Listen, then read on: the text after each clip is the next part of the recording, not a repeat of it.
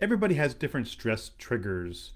And whether you're a first time buyer or you're a veteran investor, you bought 30 properties, we all go through our own trials and tribulations and our own mindset issues. First time buyers have never done it. So it's basically the lack of experience that stresses them, making a huge decision. Investors, it could be something completely different. Every property is different. Are they making the right decision? Is it a good cap rate? Is it, are we going to make money off this property? Are there any issues? They're going to have their own issues as well. And many times we don't talk about the emotional side of the transaction, and we only look at steps. Um, for example, I have a flow chart that I give to my first time buyer that shows step by step. We're going to do this, then we're going to do this, then we're going to do this. That's great. When you read that document, everything looks nice and easy. But what you don't see is between those items, those tasks, is the emotion and the stress trigger that could be sitting there that I don't know about. Because we're all different, I can't imagine what you're going through as opposed to what I'm going through as a realtor. Um, Many times I'm in the middle of a deal with somebody, with a client, a fantastic family, and issues come up on my end that stress me out big time, because I know if my client knew what was going on, they would be really worried and upset about it. So many times I can look after those things without having to bring them to my client, but my client doesn't know that I went through that stress. No different than when my client puts on a face and they're all happy about firming up on their new house. And meanwhile, 5 minutes later, when they go back in their car, there are tears, there are worries, some people get angry. I don't see those things. So on my end, on the outside, everything looked happy, hunky-dory, and piece of cake. Meanwhile, on the inside, the clients are tearing themselves apart because it was such a huge decision, and they're worried about whether they made the right one. All I got to say about that is we need to talk more. The last thing I want from my clients and the people that I work with is to find out later that there was an issue that I could have solved for you that was, to me, a piece of cake. I could explain it, or I understand how something in the process works, or whatever, that may have been stressing my clients out that I didn't know about. And it happened recently with a wonderful couple of mine that downsized from a house to a condo. Everything seemed okay, and after they moved in, they're really stressed.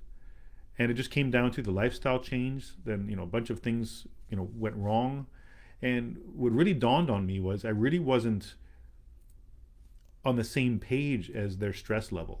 On my end, I knew it was a big move for them, and I was doing what I could to help them, minimize their stress on it. But I really didn't truly understand how much stress they were going through, and it was a real eye opener for me that I need to spend maybe a little more time to really dig deep and make sure that my clients understand that I care about what they're doing. It's not just a deal for me. My goal is to help people.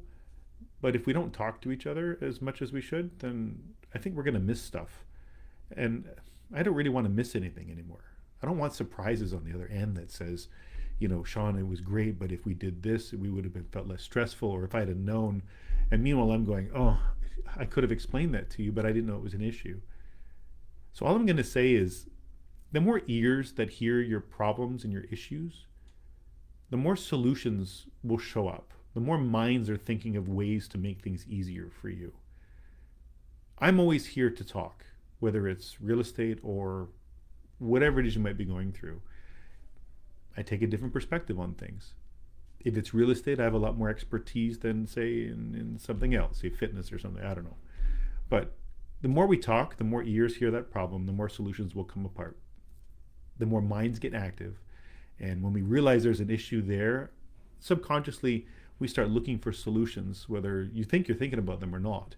And it's happened to me so many times in the past little while that I stopped thinking about the problem and started thinking about solutions. And believe it or not, I found a solution faster than I thought I would. Just because, if you dwell on the problem, you just keep thinking about the problem, not about ways to fix it.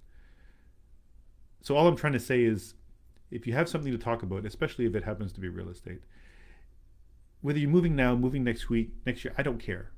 Real estate is what I do all day, every day.